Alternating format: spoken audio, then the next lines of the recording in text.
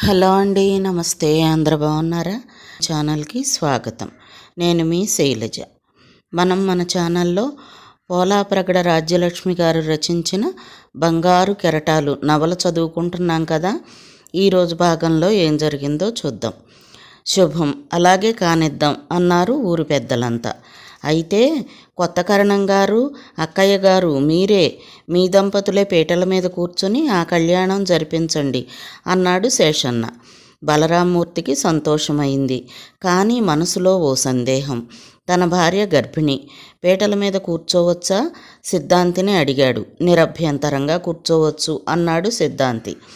రంగరంగ వైభవంగా కళ్యాణం జరిపించారు కృష్ణవేణి, బలరామ్మూర్తి పీటల మీద కూర్చుని. అక్కయ్య గారు, బావగారు రాముని కళ్యాణం చేశారు. ఈ మారు మీ ఇంట్లో రాముడే వెలుస్తాడు అన్నాడు రామశర్మ. మీ నోటి వ్యాఖ్యాన అబ్బాయే పుట్టాలి, కానీ మీ నోరంతా తీపి చేసెయ్యను, లడ్డూలతోనూ పటికి బెల్లంతోనూ అన్నాడు బలరామ్మూర్తి ఆనందంతోనూ అంతకు మించిన సంతోషంతోనూ. కానీ ఆ సంతోషం కాస్త నీరు కారిపోయింది. ఆ తర్వాత 2 నెలలకి సరిగ్గా మాఘశుద్ధ పంచమి నాడు, అనగా సాక్షాత్తు చదువుల తల్లి సరస్వతీదేవి పుట్టిన రోజునాడు మగపిల్లాడికి బదులు ఆడపిల్ల పుట్టినందుకు. మళ్ళీ ఆడపిల్లే, దిగులుగా అన్నాడు బలరామ్మూర్తి. ఈ మారైనా మగపిల్లాడు పుడతాడేమో, ఆ రాముడి పేరు పెట్టుకుందాం అనుకున్నాం అంది కృష్ణవేణి నిరుత్సాహంతో.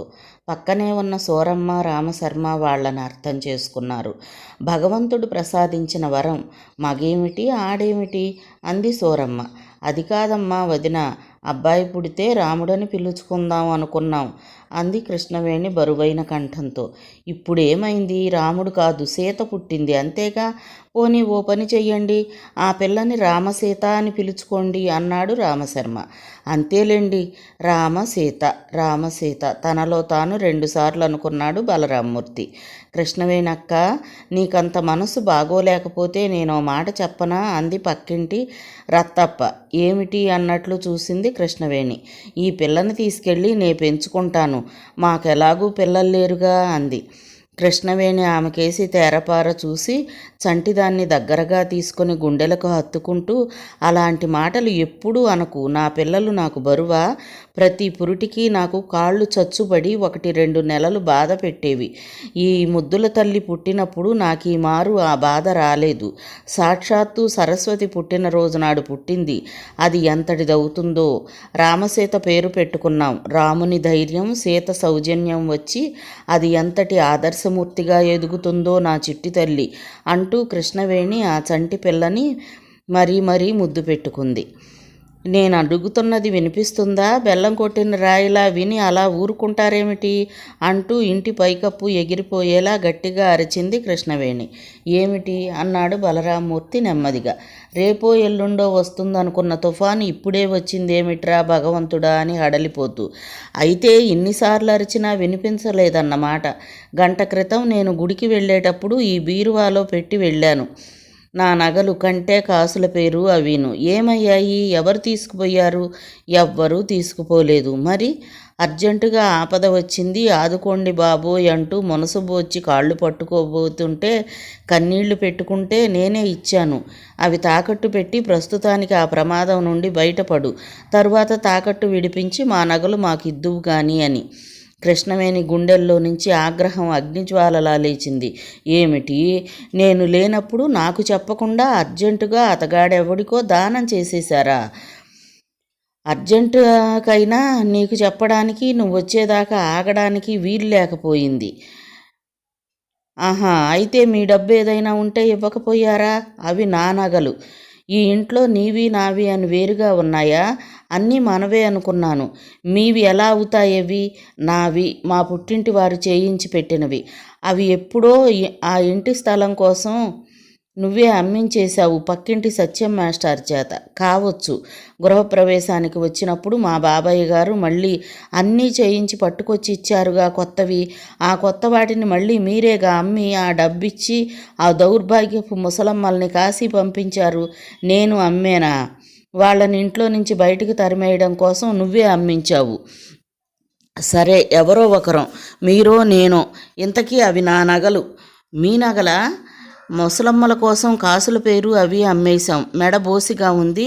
మళ్ళీ మా బాబాయ్య గారి కంటబడితే బాగుండదు. ఇంకోమారు నగలన్నీ ఆయన కొంటే అసలు బాగుండదు అంటూ నువ్వు రోజు అష్టోత్తరం చదవడం వల్లేగా ఎకరం భూమి అమ్మేసి నీకు నేను ఆ నగలు చేయించింది.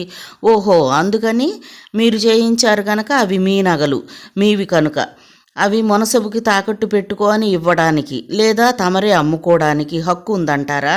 హక్కు అధికారం అని నేను అనలేదు. అవసరం అన్నాడని ఇచ్చాను అన్నాను. అంతే. అలా ఇవ్వడానికి మీరెవరు అని ప్రశ్నిస్తున్నావు నువ్వు నన్ను. అయ్యో రామా, ప్రశ్నించడం కాదండి. అలా ముందు వెనక ఆలోచించకుండా ఇచ్చేస్తే ఆ నగలు తిరిగి మనకు వస్తాయా? మీ మంచితనం చివరికి అమాయకత్వంలోకి, అదేమని అడిగితే ఆగ్రహంలోకి మారిపోతుంది. అదే నా బాధ. నీకు ఆ బాధ అక్కర్లేదులే. మనసుకు తిరిగి ఆ నగలు ఇవ్వకపోతే మరో ఎకరం అమ్మైనా నీ నగలు నీకు చేయించి పెడతాను, సరే? 2 ఏళ్ళు గడిచేసరికి నిజానికి అదే అయ్యింది. మునసుబు నగలు తాకట్టు నుంచి విడిపించి ఇవ్వలేదు. విడిపించడానికి తన దగ్గర డబ్బు లేదన్నాడు. అశక్తుణ్ణి అన్నాడు. చేతులెత్తేశాడు. క్షమించమన్నాడు. బలరామ్మూర్తి విస్తుపోయాడు. మునసుబు ఎంత మోసం చేశాడు అని బాధపడ్డాడు. చేతులు కాలాక ఆకులు పట్టుకోవడం కాదు, ముందే తెలుసుకోవాలి అంది కృష్ణవేణి. నువ్వేం దెప్పి పొడవనక్కర్లేదు. రేపీపాటికి నీకు నగలు చేయించి పెడతా అన్నాడు బలరామ్మూర్తి ఉక్రోషంగా. అన్నంత పని చేశాడు. 1 ఎకరం భూమి అమ్మేసి ఆమెకు నగలు చేయించి పెట్టాడు. కృష్ణవేణి తెల్లబోయింది. తను అన్న మాటలకి ఆయన ఎంత పౌరుషపడి భూమి అమ్మేసి మరీ నగలు చేయిస్తాడని ఊహించలేదు. అందుకే ఆ నగల పట్ల ఆసక్తి చూపించలేదు. ఎంచక్కా అన్యోన్యంగా ఉండే మన ఇద్దరి మధ్య ఈ నగలు అవి ఎన్ని అపార్థాలకి అగాధాలకి దారితీస్తున్నాయండి అంది బాధగా. తన మనస్సుని తాను సర్దుకోలేకపోవటం, ఎదుటివారి మనస్సుని అర్థం చేసుకోలేకపోవటం, నా మాటే నెగ్గాలి, నా చెయ్యే పైన ఉండాలి అని భార్యాభర్తల్లో ఏ ఒక్కరికి ఉన్నా ఆ సంసారంలో ఏర్పడేవి అగాధాలే మరి. అందుకు నగలు ఒక్కటే కారణం కానక్కర్లేదు అన్నాడు బలరామ్మూర్తి ఇంటి పైకప్పు కేసి చూస్తూ సాభిప్రాయంగా. కృష్ణవేణికి అర్థమైంది. బంధుత్వాలు, బంధువులు, పిల్లలు, ఆ పిల్లల పెళ్ళిళ్ళు, వాటి నిర్ణయాలు, వీటి గురించేగా మీరనేది. సరే, మూడోది ఈ భద్రకాళి సంబంధం విషయంలో నేను కలగజేసుకుంటే అడగండి. కానైతే పూర్వంలో 2వ పెళ్లివాడిని మాత్రం చూడకండి. ఏదో వాళ్ళిద్దరికీ అలా చేసేశాం. దీనికైనా మొదటి పెళ్లివాడికిచ్చి చేస్తే నువ్వేం కాదనంటావు ముమ్మాటికి. సరే, ఆ మాట మీదే ఉండు. ఆ మాటలయ్యాక 4-5 ఏళ్ల వరకు ఆ ఇంట్లో వాదనలు, ప్రతివాదనలు, కోపాలు, కేకలు, పంతాలు, పౌరుషాలు ఏమీ లేకుండా సంసారం సాఫీగా సాగింది. భద్రకాళికి 12 ఏళ్లు నిండుతున్నాయనగా చెప్పాడు. దీన్ని మా మేనల్లుడు సూర్యనారాయణమూర్తికిచ్చి, అదే మా చెల్లెలు 4వ కొడుక్కిచ్చి పెళ్లి చెయ్యడానికి నిశ్చయించాను అని బలరామ్మూర్తి. ఆ మాట గుండెల్లో తుపాకీ పేలినట్లుగా వినిపించింది కృష్ణవేణికి. అదేమిటంటే, వాళ్ళకి ఏముందని? సెంటు భూమి అయినా ఉందా? వాళ్ళింట్లో ఇస్తే పిల్ల సుఖపడదనేగా మన పెద్దమ్మాయి లక్ష్మీదేవమ్మని ఆ సూర్యనారాయణ పెద్దన్నగారు రామారావుకి ఇవ్వడం మానేసింది అంది. మానేయలేదు, నువ్వే మాన్పించేశావు. దాని నోరు మూయించి నా చేతులు కట్టేసి చేశావు 2వ పెళ్ళి. అతగాడికి చదువా, చట్టుబండలా, వ్యవసాయం, పైగా భర్త పోయాడని ఒక ఆడపడుచు, 5 పిల్లలతో భర్తని పోగొట్టుకొని అత్తారింట్లో ఉండలేకపోతున్నానని ఇంకో ఆడపడుచు, పిచ్చెక్కిన భర్తతో మరో ఆడపడుచు, ఇలా 3 ఆడపడుచులు పిల్లలతో సహా పుట్టింటికి చేరి దాని నెత్తినెక్కి కూర్చున్నారు. ఏటా అది చూలెంత బాలెంత. ఇంతమంది ఆడపడుచులకి వాళ్ళ పెళ్ళిళ్ళకి చాకిరి, నిక్షేపం లాంటి మా పెద్ద మేనల్లుడికి మానేసి 2వ పెళ్లి వాడికి ఇచ్చావు. అది సుఖపడుతూనే ఉంది. మాటి మాటికి 2వ పెళ్ళి అనకండి. మీరు మాణిక్యాంబకి చేసింది 2వ పెళ్ళి కాదా? పైగా 25 ఏళ్ల వయసు తేడాతో 5 సవతి పిల్లలున్న ఇంట్లో. సవతి పిల్లలుంటే పెళ్ళిళ్ళై వెళ్ళిపోతారు. దానికంటే అంతమంది ఆడపడుచులు ఉన్న ఇంట్లోనే అవస్థ. మరి ఇప్పుడు చూస్తున్న మీ మేనల్లుడికి 5 అప్పచెల్లెళ్ళు లేరా? వాళ్ళంతా భద్రకాళికి ఆడపడుచులేగా. ఇంతమంది బావగారులు, ఆడపడుచులు ఉన్న ఇంట్లో అమ్మాయినిస్తే అది అక్కడ నోరు మెదపకుండా పడి ఉండవలసిందేగా. పడి ఉండటం ఏంటి? పిల్లని ఎప్పుడూ 10 మంది ఉన్న ఇంట్లోనే ఇవ్వాలి. నువ్వు ప్రతిదానికి అడ్డు చెప్పకు. పైగా ఇద్దరి అమ్మాయిల్లాగా దీన్ని రెండో పెళ్లివాడికి ఇచ్చి చెయ్యడం లేదు. మీ ఇష్టం వచ్చిన సంబంధం చెయ్యండి, రెండో పెళ్లివాడికి మాత్రం వద్దని నువ్వేగా అన్నావు. అందుకని అటు ఆస్తి ఇటు చదువు ఏమీ లేని వాడికి ఇస్తారా? మీ మేనల్లుడే కదా అని. మేనల్లుడనే కాదు, తెలియని సంబంధం మూలాన మాణిక్యాంబ బతుకు అలా అయింది కదా. అన్ని విధాలా తెలుసుండి కావలసింది అని అయినా సరే ఇది నిశ్చయించడానికి వీల్లేదు. ఏనాడో నిశ్చయించేశాను, మాట కూడా ఇచ్చేశాను. ఇక ముహూర్తాలు పెట్టుకోవడం, పెళ్లి చేయడం. నాతో మాట మాత్రమైనా చెప్పకుండానే మళ్ళీ పెళ్లి పేచి తగాదా ప్రారంభించకు. నువ్వెప్పుడు చెప్పావు దీనికి మొదటి పెళ్లివాడిని చూడండి, అదొక్కటే నేను అడిగేది అని? తక్కినదంతా మీ ఇష్టమని. కృష్ణవేణికి కోపం, ఆవేశంతో శరీరం అంతా వణికిపోయింది. కష్టాలు, సుఖాలు, బాధలు, ఇబ్బందులు అన్నీ తనతో సమానంగా పంచుకుంటూ జీవిస్తున్న భార్య మాటకి ఈయనిస్తున్న విలువ ఇంతేనా? అసలు తనకంటూ ఒక వ్యక్తి ఇంట్లో ఉన్నట్లు ఈయనకు పడితే కదా దాని పెళ్లికి అలా తాంబూలాలు ఇచ్చుకొని వచ్చేశారు. దీని పెళ్లికి ఇలా మాట ఇచ్చేశానంటున్నారు. తన ఉనికినే గుర్తించడం లేదు. భార్య అంటే జీవితంలో అర్ధభాగం అన్నమాటే ఈయనకు అర్థం అయినట్లు లేదు. ఇటువంటి వ్యక్తితో కలిసి జీవించడం ఎలా? నాకు నా వ్యక్తిత్వానికి గుర్తింపు లేని ఈ సంసారంలో కొనసాగడం మాత్రం ఎలా? అలా చేస్తే నన్ను నేను వంచుకోవడమే కానీ మార్గాంతరం లేదు. ఈ భర్తని పిల్లల్ని కాదని ఇప్పుడు ఎక్కడికి వెళుతుంది ఈ వయసులో? కృష్ణవేణికి ఆత్మాభిమానం, ఆత్మగౌరవం సమ్మెటపోట్లకి గురయ్యి సజీవంగా సమాధి అయిపోతున్నట్లు అనిపించసాగింది. పట్టరాని ఆవేశం. అలాగని తెగించి ఓ నిర్ణయానికి రాలేని పరిస్థితి. సమాజం, సంప్రదాయం తన కాళ్ళకి చేతులకి సంకెళ్ళు వేశాయనే భావం ఆమెకు ఏర్పడసాగింది. దాంతో ఓ రకమైన స్తబ్దత, నిరుత్సాహం, నిర్లిప్తత. సరే, ఏం జరిగితే అదే జరుగుతుంది, జరగని అనే నిర్లక్ష్యం. నిత్యకృత్యంగా తను సాగించవలసిన పనులు యాంత్రికంగా సాగిస్తూ ఎక్కువ సమయం పరధ్యానంగా ఉంటుంది. పూజ, పునస్కారాలు, ధర్మకార్యాలు, దైవధ్యానం ఇవే నిత్యకృత్యాలు కాసాగాయి. తన ప్రమేయమేమీ లేకుండానే ఇంట్లో పెళ్లి పనులు సాగుతున్నాయి. నిస్సహాయంగా చూస్తూ సాక్షిగా మాత్రమే ఉండిపోయి రోజులు గడుపుతోంది కృష్ణవేణి. చెల్లెలు పెళ్లి వార్త విని ఓ పక్క సంతోషించినా మరో పక్క విపరీతమైన ఉక్రోషం తెచ్చుకొని పెద్దమ్మాయి లక్ష్మీదేవి ఓ రోజు పక్క ఊరు నుంచి తన 4 పిల్లలతోనూ పనిమాల వచ్చి చెల్లెలికైనా మొదటి పెళ్లి కొడుకుని చూస్తున్నారు, చెయ్యండి, బాగుంది, నా బతుకునే ఇలా మంటల్లోకి తోసేశారు. అహంకారి, కోపదారి అయిన వ్యక్తితో కాపురం. మొగుడు పోయి మొగుణ్ణి పోగొట్టుకొని పిచ్చి మొగుణ్ణి కూడా తనతో తీసుకువచ్చి నా నెత్తిన కూర్చున్న 3 ఆడపడుచులు, వాళ్ళ పిల్లలు, వాళ్లతో నానాయాతన పడుతున్న నా అవస్థ, నా దురదృష్టం ఇలా ఉంది, మీరేం చేస్తారులేండి అంటూ నిష్ఠూరంగా 4 దులుపులు దులిపి వెళ్ళింది. రెండో అమ్మాయి మాణిక్యాంబ వచ్చి నాకంటే 20 ఏళ్ళు ఆ పెద్ద మనిషి, 5 సవతి పిల్లలు. ఆ ఇంట్లో నన్ను పడేశారు. ఆ ఇంట్లో నా మాటకి విలువ, గౌరవమా? ఇక్కడ మాత్రం నువ్వు నాన్నగారిని నీ కనుసన్నల్లో నడుపుకుంటూ పెత్తనం సాగిస్తూ మహారాణిలాగా నీ సంసార సామ్రాజ్యాన్ని ఏలుకుంటున్నావు. నాకా యోగం లేదు. నీ కూతుర్నే నేను. నీ అదృష్టం అది, నా అదృష్టం ఇదిను అని కృష్ణవేణిని నానా మాటలు అని చెల్లాయి పెళ్లినాటికి వీలైతే వస్తా, లేకపోతే లేదు అంటూ వెళ్ళిపోయింది. కృష్ణవేణి ఇద్దరికీ సమాధానం చెప్పలేదు. విని ఊరుకుంది. కుట్లు, అల్లికలు, అట్ల తద్ది ఆటలు, పెళ్ళవుతోందని సంబరమో సంతోషమో చలాకీగా తిరుగుతోంది భద్రకాళి. కృష్ణవేణి మాత్రం అన్నీ వింటోంది, చూస్తోంది, ఏమీ మాట్లాడడం లేదు. మునుపటి ఉత్సాహం ఏమీ లేకుండా ప్రాణం లేని బొమ్మలా ఇంట్లో కదులుతోంది, అంతే. ఆఖరి పిల్ల రామసీత మాత్రం 5 ఏళ్ల పిల్ల అయినా అమ్మలో వచ్చిన మార్పు గమనించింది. అలా ఉంటున్నావేమమ్మా, పెళ్ళయి అక్కయ్య అత్తవారింటికి వెళ్ళిపోతోందని బెంగ. అది వెళితే నేనున్నాగా, బెంగ పెట్టుకోకు అంటూ పెద్ద పేరక్కలా మాట్లాడసాగింది. పచ్చగా, బొద్దుగా, ఎత్తుగా, ఏపుగా 7-8 ఏళ్ల పిల్లలా ఉంది. కణు అంచు నీలిరంగు పట్టుపరికిని, గులాబీ రంగు జాకెట్టు, ఒత్తుగా నల్లగా ఉన్న పెద్ద జడ చివర జడగంటలు, మెళ్ళో ఎర్రరాళ్ల జిగిని గొలుసు, కాళ్ళకి వెండి మువ్వలు, పాంజేబులు, బంగారు తల్లి నా ఎంత ముద్దొస్తుందో. చిన్నప్పుడు తను ఇలాగే ఉండేది. అచ్చుగా ఇవే కబుర్లు, అదే తెలివి. రామసీతని దగ్గరగా తీసుకుని ముద్దెట్టుకుని, నువ్వు ఉంటావా తల్లి మాతో? ఏ అయ్యో వచ్చి నిన్ను తీసుకెళ్తాడు?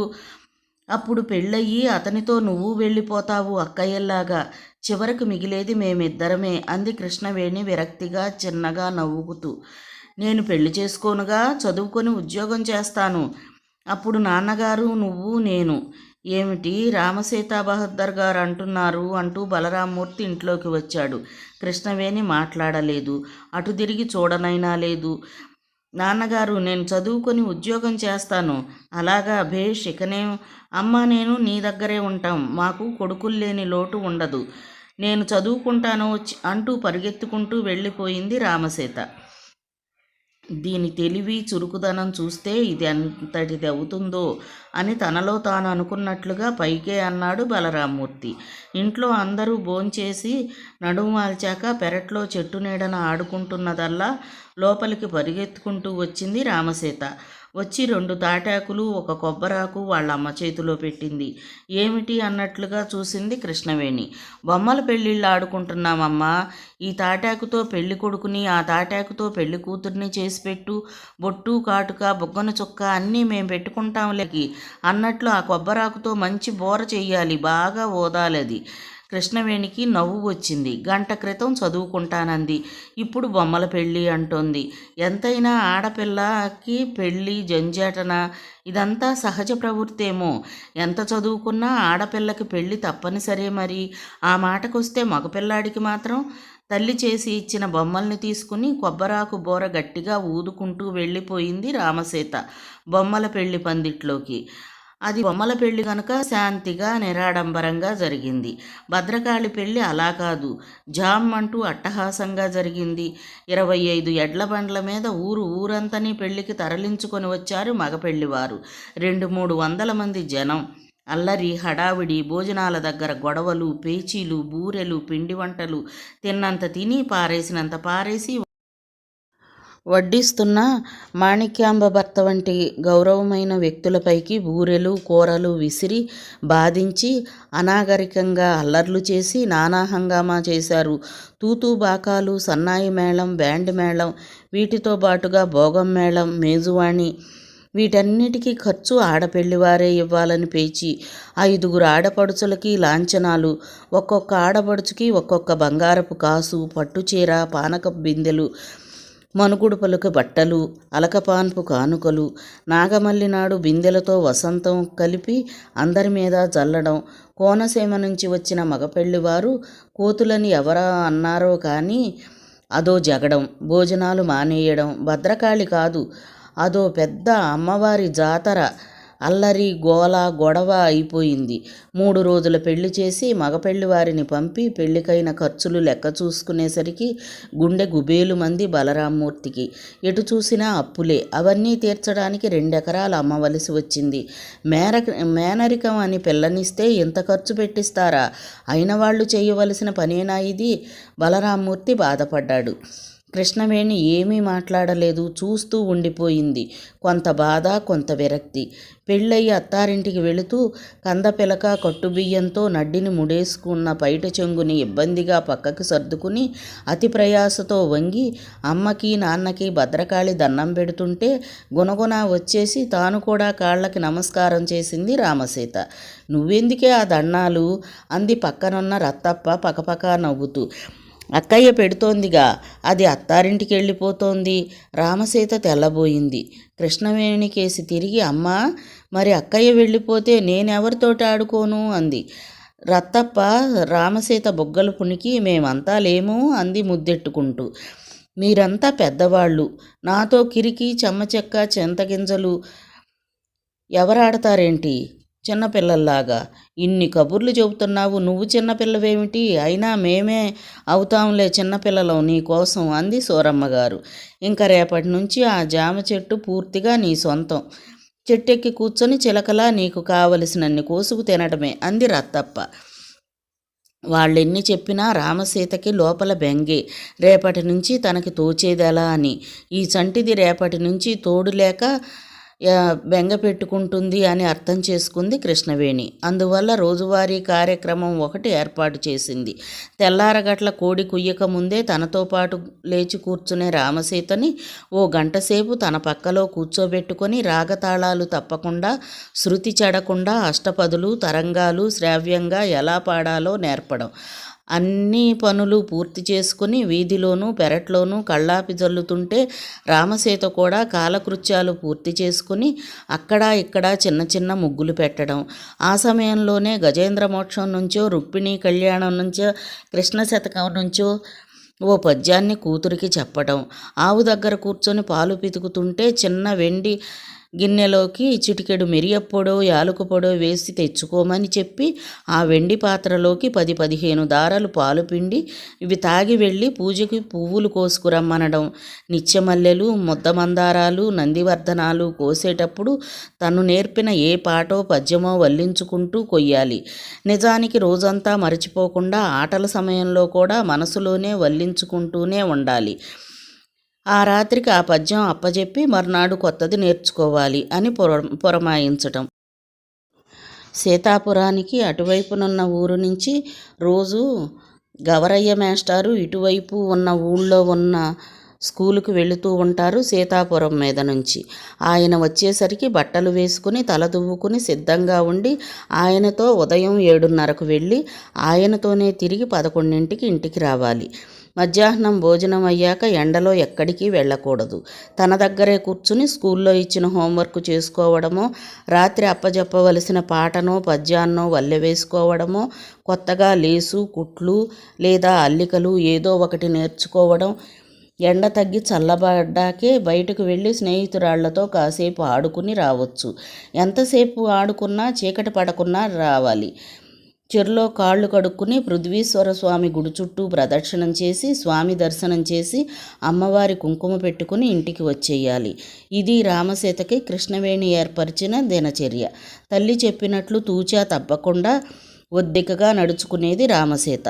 శనివారం, ఆదివారం మాత్రం బడి లేనప్పుడు కచేరీ సావిట్లో బల్ల మీద కూర్చొని నాన్నగారు ఆచి తూచి ఎలా మాట్లాడుతున్నారో వచ్చిన వాళ్లతో ఓ మారు నెమ్మదిగా మాట్లాడడం, ఇంకో మారు కోపంతో భయపెడుతూ మందలిస్తూ మాట్లాడడం. ఇలా ఎందుకు చేస్తున్నారో, లౌక్యం, చాకచక్యం, మంచితనం ఇవన్నీ ఎప్పుడెప్పుడు ఎలా ఎలా ఉపయోగిస్తున్నారో. రామశర్మ వంటి పెద్దలతో ఒక మాదిరిగా, మునసుబు, శేషన్న లాంటి వాళ్లతో ఇంకో ధోరణిలోనూ, నౌకరు, మసూల్దారు లాంటి వాళ్లతో ఆదరణ, అధికారం కలిపి మరో పద్ధతిలో ఎలా కబుర్లు చెబుతున్నారో ఇవన్నీ సూక్ష్మంగా పరిశీలిస్తూ ఉండేది. ఆసక్తితో అవగాహన చేసుకుంటూ ఉండేది. తల్లితో ఎప్పుడైనా పేరంటానికి వెళ్ళినప్పుడు అంతే. ప్రతీదీ పరిశీలించటం, ఎవరు ఎందుకు ఎలా మాట్లాడుతున్నారో చూడడం, అర్థం చేసుకోవడం. రామసీతను చూసి అంతా ముచ్చట పడేవారు. 2వ తరగతికి 3వ తరగతికి కూడా పిల్ల పొరుగురు వెళ్ళి చదువుకోవలసి రావడం ఏమిటి? ఊళ్ళో చిన్న ఎలిమెంటరీ స్కూలు ఉంటే 10 మంది పిల్లలు ఇక్కడే చదువుకుంటారు కదా. ఈ ఆలోచన వచ్చి బలరామ్మూర్తి ఊళ్ళో 10 మంది పెద్దల చేత సంతకాలు పెట్టించి మా సీతాపురానికి ఓ ఎలిమెంటరీ స్కూలు మంజూరు చేయవలసిందిగా ఒక అర్జీని రాసి స్కూళ్ళ ఇన్స్పెక్టర్కి స్వయంగా ఇచ్చి వచ్చారు. అతని కృషి ఫలితంగా సీతాపురానికి స్కూలు మంజూరయింది. దాంతో రామసీతకి 5వ క్లాసు వరకు ఉన్న ఊళ్ళోనే చదువుకునే అవకాశం లభించింది. 2-3 ఏళ్లకు 5వ క్లాసులోకి వచ్చింది. ఈ 2-3 ఏళ్లలోనూ ఎన్నో అనుభవాలు, ఎన్నో ఆలోచనలు. మానసికంగా వయసుకు మించి ఎదిగింది. ఎందుకు, ఏమిటి, ఎలా? ఈ 3 ప్రశ్నలు రామసీత మెదడులో ఎప్పుడూ మెదులుతూ ఉండేవి.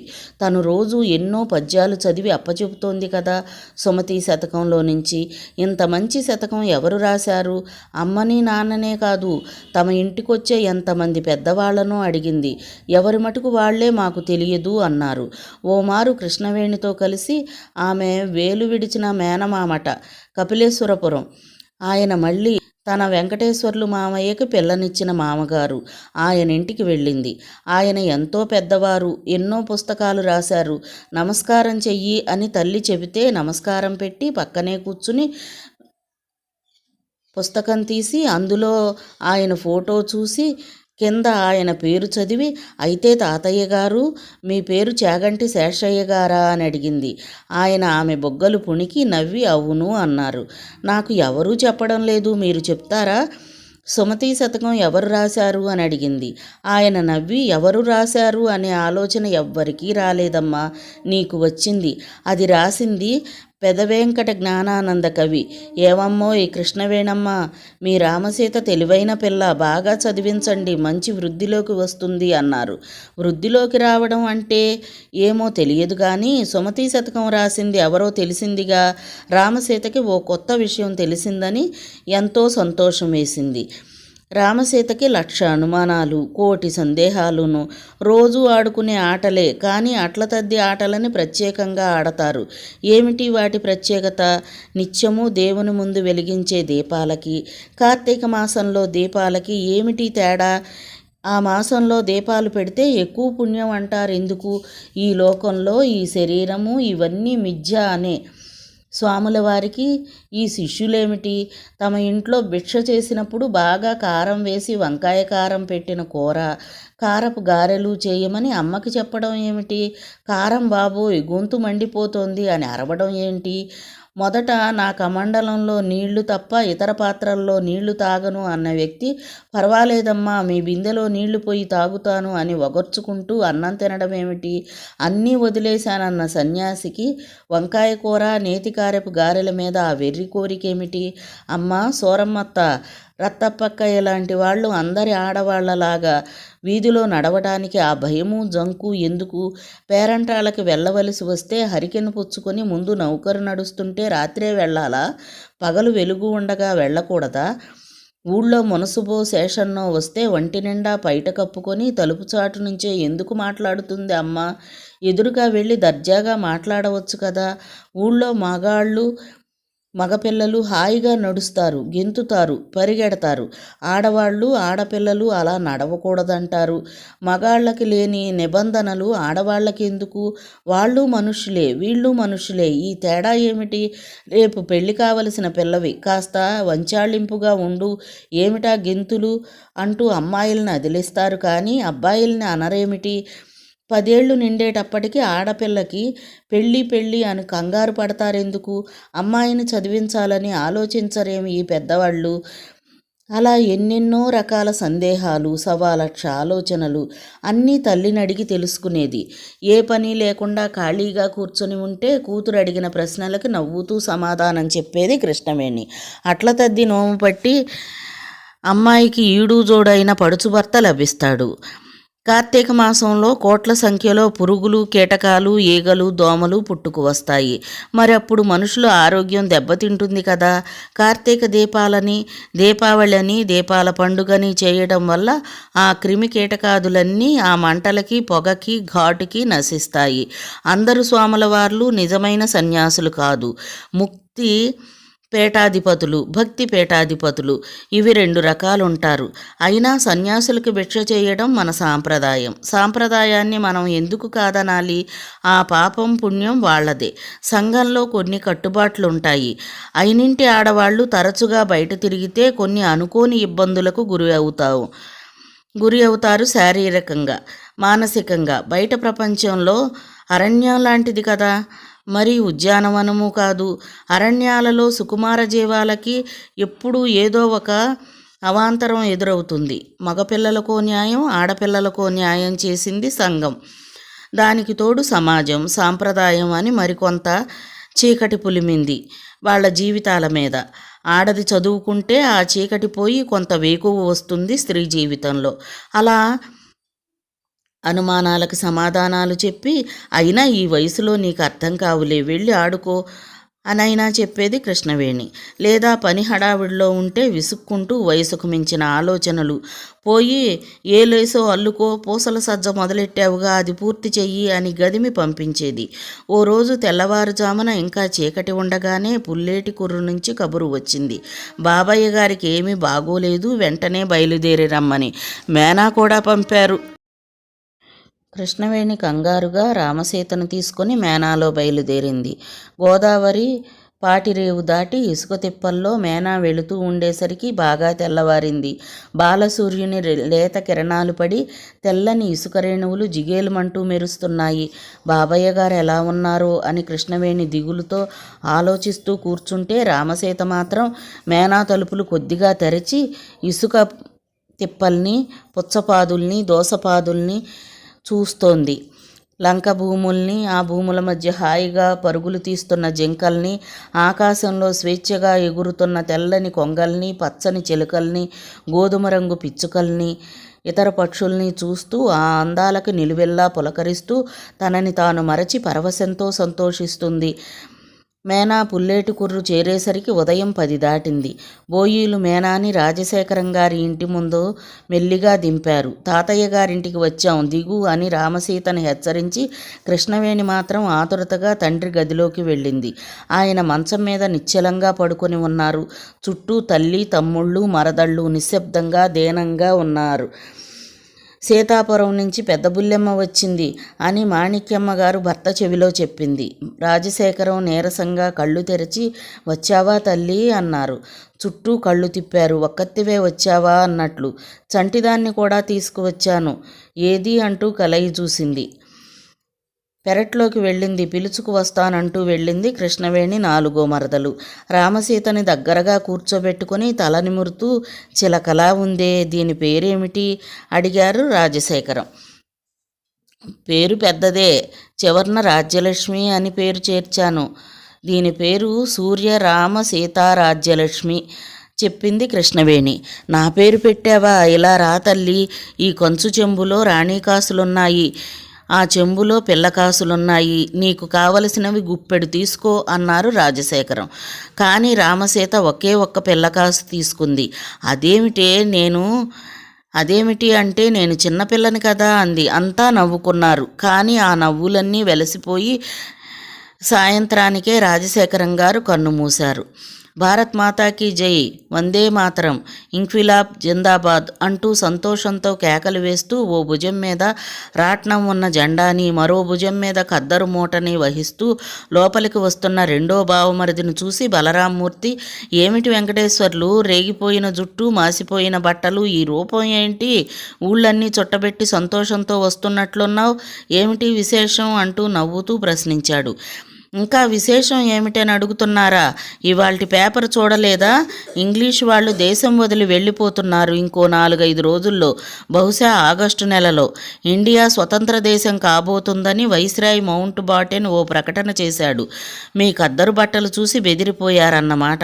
కాదు, మీలాంటి ఉద్యోగస్తులు రాస్తున్న ఇంగ్లీషు వాక్యాలు చూసి. మన భాషకి ఎటువంటి గతి పట్టిందిరా దేవుడా అని బెంగపెట్టుకొని దేశం వదిలి పారిపోతున్నారు. బావా మరుదుల హాస్యాలు చాలు గాని, ఒరే వెంకటేశ్వర్లు, ఎంత సంతోషకరమైన వార్త చెప్పావురా, ఎండన పడి వచ్చావు, స్నానం చేసిరా, అన్నం వడ్డిస్తాను, పరమాన్నం వండాను, ఇవాళ ఆదివారం కదా, సూర్యనారాయణమూర్తికి నైవేద్యం పెడదామని అంది కృష్ణవేణి. సాక్షాత్తు తిరుపతి వెంకటేశ్వర్లే వచ్చాడుగా, ఆ నైవేద్యం ఏదో అతనికే పెట్టు. అమ్మా రామసీత, ఇలా రామ్మా, పుట్టింటి వాళ్ళు వస్తే మీ అమ్మకి ఒళ్ళు తెలీదు, మనతో మాట్లాడదు అన్నాడు బలరామ్మూర్తి వచ్చే నవ్వును ఆపుకుంటూ. రామసీత మామయ్య వచ్చాడన్న సంతోషంతో తక్కిన సంగతులేవీ పట్టించుకోవడం లేదు. అతను వెనకే తిరుగుతూ అన్నీ కబుర్లే. నువ్వేమైనా మైనా గోరింకల్ని చూసావా మామయ్య? అవి అచ్చు మనలాగే మాట్లాడతాయి, మనం ఏమంటే అవి అంటాయి. ఇక్కడ స్వామిగారు లేరు, వాళ్ళ పెద్ద కొడుకు కోడలు పెంచుతున్నారు వాటిని. వాళ్ళింట్లో పావురాలు కూడా ఉన్నాయి. సాయంత్రం గాలిలోకి ఎగరేస్తూ ఉంటారు. పాటలు పాడే గ్రామఫోన్ పెట్టి కూడా ఉంది వాళ్ళింట్లో. పాటలు సరే కానీ నువ్వు పాఠాలు బాగా చదువుతున్నావా? ఓ 5వ క్లాస్ పాస్ అయిపోయానుగా. 6వ క్లాస్ చదవాలంటే పెద్దక్కయ్య గారు ఊరెళ్ళాలి.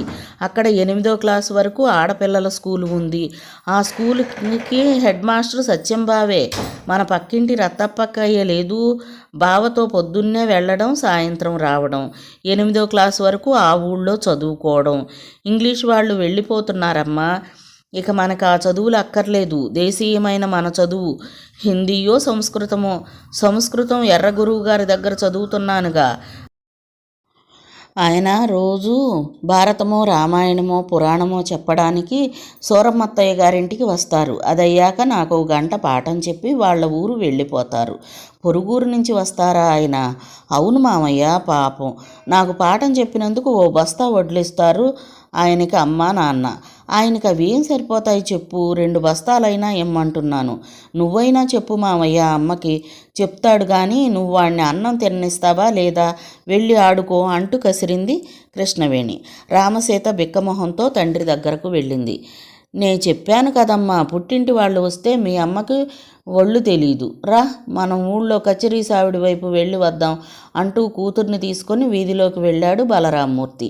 మధ్యలో రామశర్మ కనిపించి పృథ్వీశ్వర ఆలయం వైపు తీసుకెళ్ళాడు.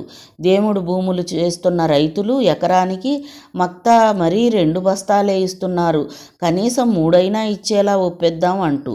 వాళ్ళను ఒప్పించేటప్పటికి గంట పట్టింది.